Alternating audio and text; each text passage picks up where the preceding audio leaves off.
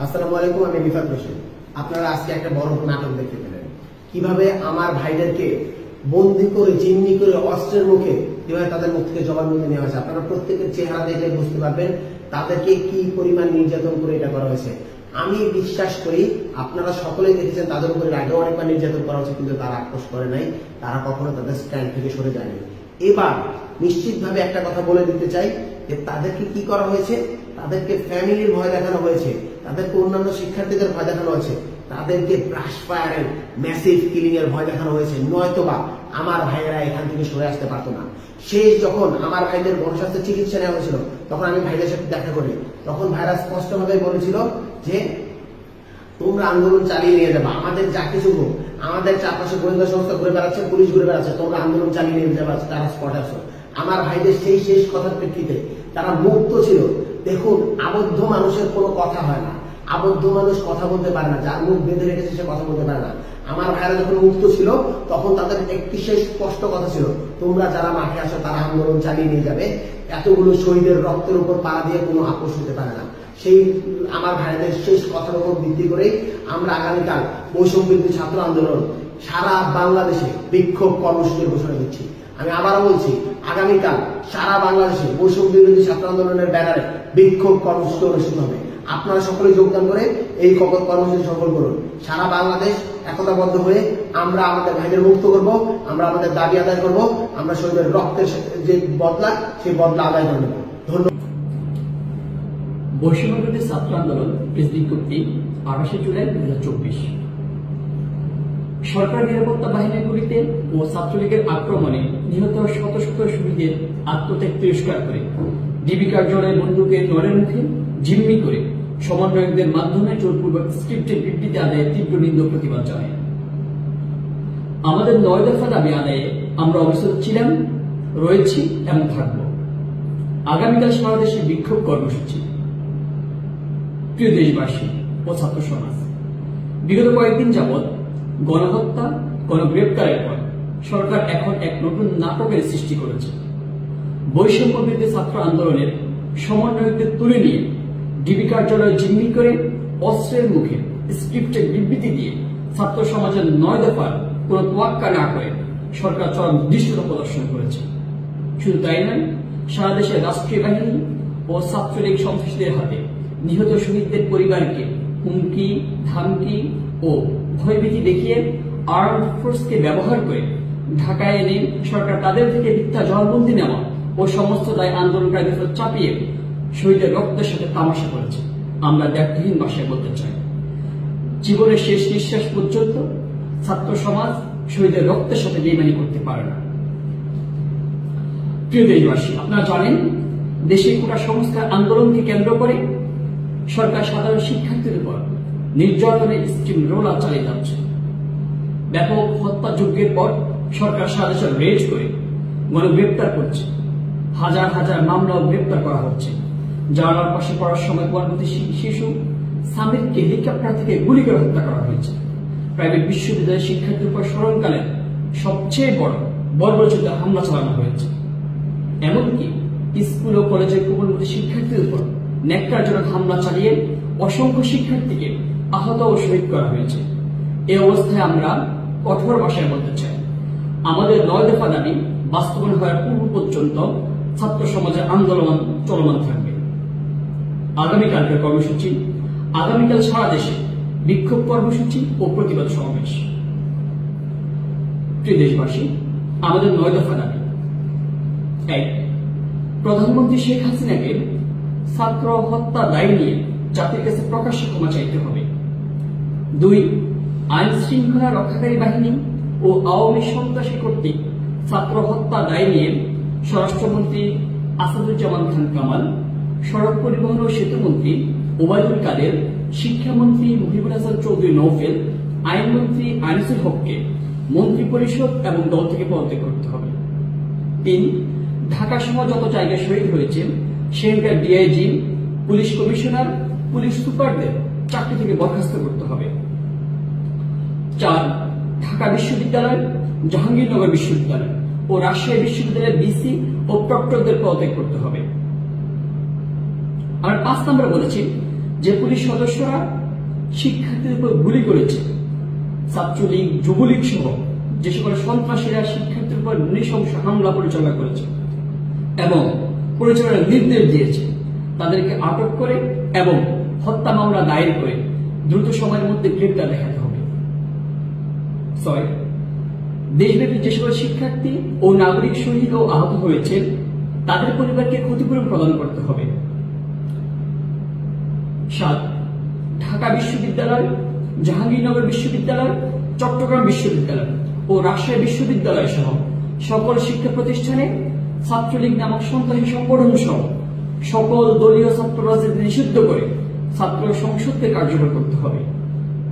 আমাদের 8 নম্বর দাবি, অবিলম্বে সকল শিক্ষা প্রতিষ্ঠান ও হলসমূহ খুলে দিতে হবে। আমাদের সর্বশেষ দাবি, কোটা আন্দোলনের সাথে সম্পৃক্ত শিক্ষার্থীদের একাডেমিক ও প্রশাসনিক কোন ধরনের হয়রানি করা হবে না, এই মর্মে অঙ্গীকার করতে হবে। আমাদের দাবি আদায়ের সাথে একাত্মতা ঘোষণা করতে বাংলাদেশের সকল নাগরিককে আমরা অনুরোধ করছি। বৈষম্যবিরোধী ছাত্র আন্দোলনের পক্ষ থেকে আমি আব্দুল কাদের, সমন্বয়ক। আসসালামু আলাইকুম, আমি খানতালাত মাহমুদ রাফি, বৈষম্য বিরোধী ছাত্র আন্দোলন সমন্বয় করছি চট্টগ্রাম থেকে। আপনারা হয়তো ইতিমধ্যে জেনে গেছেন যে বাংলাদেশের কেন্দ্রীয় সমন্বয় কয়েকজনকে জিম্মি করে যে স্টেটমেন্ট নেওয়া হয়েছে সেটা বাংলাদেশের সাধারণ শিক্ষার্থীরা, বাংলাদেশের ছাত্র সমাজ প্রত্যাখ্যান করেছে এবং সারা দেশে সমন্বয়কদের এবং বৈষম্য বিরোধী আন্দোলনের সাথে জড়িতদেরকে যেভাবে গুম, খুন এবং হত্যা করা হচ্ছে সেই প্রতিবাদে আগামীকাল বিকেল 3টায় বৈষম্য বিরোধী ছাত্র আন্দোলন চট্টগ্রামের কর্মসূচি ঘোষণা করা হয়েছে। আপনাদেরকে পরবর্তীতে স্থান জানিয়ে দেওয়া হবে। চট্টগ্রামের যারা আছেন আপামর জনতা, সাধারণ শিক্ষার্থী সহ সকল শ্রেণী পেশার মানুষ, আপনাদের সবাইকে অনুরোধ করছি, সবাইকে আহ্বান জানাচ্ছি আমাদের কর্মসূচি বাস্তবায়ন করতে। যে যেখানে আছেন যেভাবে পারেন আমাদের সাথে এসে যুক্ত হবেন। প্রিয় দেশবাসী, সবাইকে আসসালামু আলাইকুম। আমি মাহিন, বৈষম্য বিরোধী ছাত্র আন্দোলনের একজন সমন্বয়ক হিসেবে আমি দায়িত্ব পালন করছি। আপনারা সবাই আজকের ঘটনা সম্পর্কে সম্পূর্ণ অবগত আছেন। আমাদের 6 জন সমন্বয়ককে ডিবি কার্যালয়ে তুলে নিয়ে লিখিত বিবৃতি নেওয়া হয়েছে। এ ব্যাপারে দেশবাসীর ভেতরে অনেক প্রশ্ন, অনেক কথা, অনেক কিছু আপনাদের মনের মধ্যে এসেছে। আমি বিষয়গুলো সম্পূর্ণভাবে ক্লিয়ার করে দিতে চাই আপনাদের সামনে। যে 6 জনের কাছ থেকে বিবৃতি নেওয়া হয়েছে সেই 6 জনকে আমরা খুব ভালোভাবেই চিনি। তারা কেমন মানসিকতার লোক আপনারা জানেন। নাহিদ ভাইকে এর আগেও তুলে নিয়ে নির্যাতন করা হয়েছে। আমার শ্রদ্ধেয় বড় ভাই আসিফ মাহমুদ ভাইকে, এছাড়াও আবু বাকেরকেও তুলে নেওয়া হয়েছিল, আপনারা সবাই জানেন। আমি প্রত্যেকের প্রতি অনুরোধ করব তাদের প্রতি কোনো ঘৃণার মনোভাব প্রকাশ না করতে। প্রত্যেকেরই পরিবার আছে, প্রত্যেকেরই নিরাপত্তার ভয় আছে, প্রত্যেকের ভিতরেই পরিবারের প্রতি টান আছে। তাদেরকে সেই জায়গা থেকে অস্ত্রের মুখে জিম্মি করে আমাদের আন্দোলনকে নস্যাৎ করার জন্য সরকার উঠে পড়ে লেগেছে। দেখুন, আমাদের দাবি কিন্তু ডিবির কাছে নয়, আমাদের দাবি কিন্তু কোন সংস্থার কাছে নয়, আমাদের দাবি বাংলাদেশ সরকারের কাছে, বাংলাদেশ রাষ্ট্রের কাছে। আমাদের যে দাবি সেই প্রেস রিলিজ বা প্রেস বিজ্ঞপ্তি আমরা সবসময় সাংবাদিকদের মাধ্যমে দিয়েছি এবং সংবাদ সম্মেলন কখনো যে ডিবি কার্যালয় হতে পারে না সেটা আপনারা ভালোই জানেন। এবং বিশেষত ছাত্রদের সংবাদ সম্মেলন আজকে নাহিদ ভাই, সাজিদ ভাই, হাসান আব্দুল্লাহ ভাই, বাকের, আসিফ ভাই এবং আমাদের একজন নারী সমন্বয়ককে তুলে নিয়ে, তার বাইরেও অনেককে তুলে নেওয়া হয়েছে, আপনারা সবাই জানেন। সরকারের এবং পুলিশ প্রশাসনের যে এই সম্মিলিত ঘৃণিত চক্রান্ত, আমরা এর নিন্দা ও প্রতিবাদ জানাচ্ছি।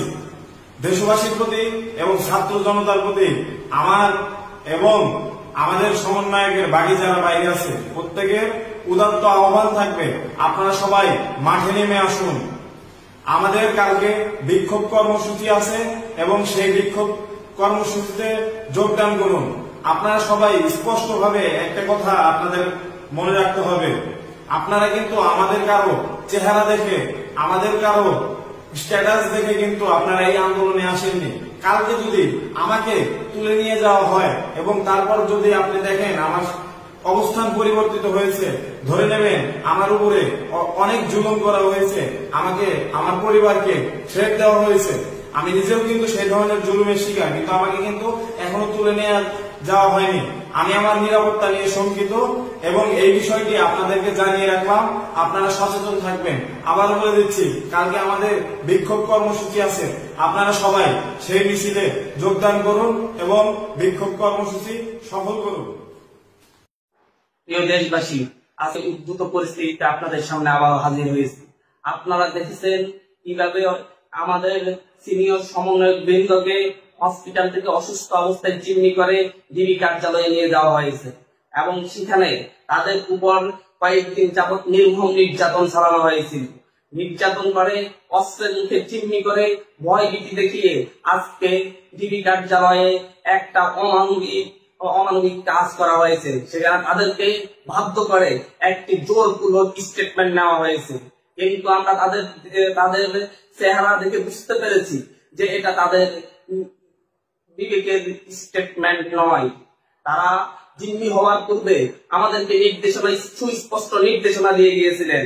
বলেছিলেন যতক্ষণ পর্যন্ত না সরকারের প্রজ্ঞাপন খেলা বন্ধ হবে, যতক্ষণ পর্যন্ত না এদেশে এই বৈষম্য বিরোধী ছাত্র আন্দোলন করতে গিয়ে যতজনের রক্ত ঝরেছে তাদের রক্তের ন্যায় বিচার না হবে, যতক্ষণ পর্যন্ত না আটককৃতদের মুক্তি দেওয়া না হবে, যতক্ষণ পর্যন্ত না মিথ্যা মামলাগুলো প্রত্যাহার করা না হবে, ততক্ষণ পর্যন্ত আন্দোলন চালিয়ে যেতে হবে। তারপর থেকে আমরা নিয়মিত কর্মসূচি দিয়ে আন্দোলন চালিয়ে যাচ্ছি। একইভাবে তাদের সেই নির্দেশনার আলোকে এবং তাদেরকে জিম্মি করে এভাবে স্টেটমেন্ট আদায় করার প্রতিবাদে আমরা আগামীকাল বৈষম্য বিরোধী ছাত্র আন্দোলনের পক্ষ থেকে সারা দেশে ছাত্র জনতার বিক্ষোভ কর্মসূচি ঘোষণা করছি। ছাত্র জনতা আগামীকাল সারা দেশে বিক্ষোভ কর্মসূচি পালন করবে এবং এই বিক্ষোভ কর্মসূচি হবে গত যে কোনো আন্দোলনের চেয়ে, আমাদের যে কোনো কর্মসূচির চেয়ে আরো শক্তিশালী কর্মসূচি। ছাত্র সমাজ ঘরে ফিরে নাই, ছাত্র সমাজ এখনো রাজপথে আছে এবং দাবি আদায় করে সকলের ন্যায় বিচার নিশ্চিত করে তারা ঘরে ফিরবে ইনশাআল্লাহ। আমি আসাদুল্লাহ গালিব, সমন্বয়ক বৈষম্য বিরোধী ছাত্র আন্দোলন। ডিবি কার্যালয় থেকে আমাদের 6 জন সমন্বয়ককে জিম্মি করে জোরপূর্বক অস্ত্রের মুখে যে ব্ল্যাকমেল করে যে লিখিত বক্তব্য রিডিং করানো হয়েছে, সেটাকে আমরা ঘৃণা করে প্রত্যাখ্যান করছি। আমি জোরপূর্বক এমন বক্তব্য আদায়ের তীব্র নিন্দা এবং প্রতিবাদ জানাচ্ছি এবং আমাদের সকল সমন্বয়কের মুক্তি দাবি করছি। তার উদ্দেশ্যে বলতে চাই, শহীদদের প্রতি ফোঁটা রক্তের বিচার না হওয়া পর্যন্ত, সকল ছাত্র জনতার নিরাপত্তা নিশ্চিত না হওয়া পর্যন্ত আমাদের আন্দোলন চলমান থাকবে ইনশাআল্লাহ। আমি বিশ্বাস করি জিম্মি করে অস্ত্রের মুখে আমাদের যে সমন্বয়কদের ব্ল্যাকমেল করে যে বিবৃতি নেওয়া হয়েছে সেটা আগুনে ঘি ঢালবে এবং ছাত্র জনতাকে আরো জোরালোভাবে রাজপথে নেমে আসতে ভূমিকা পালন করবে ইনশাআল্লাহ।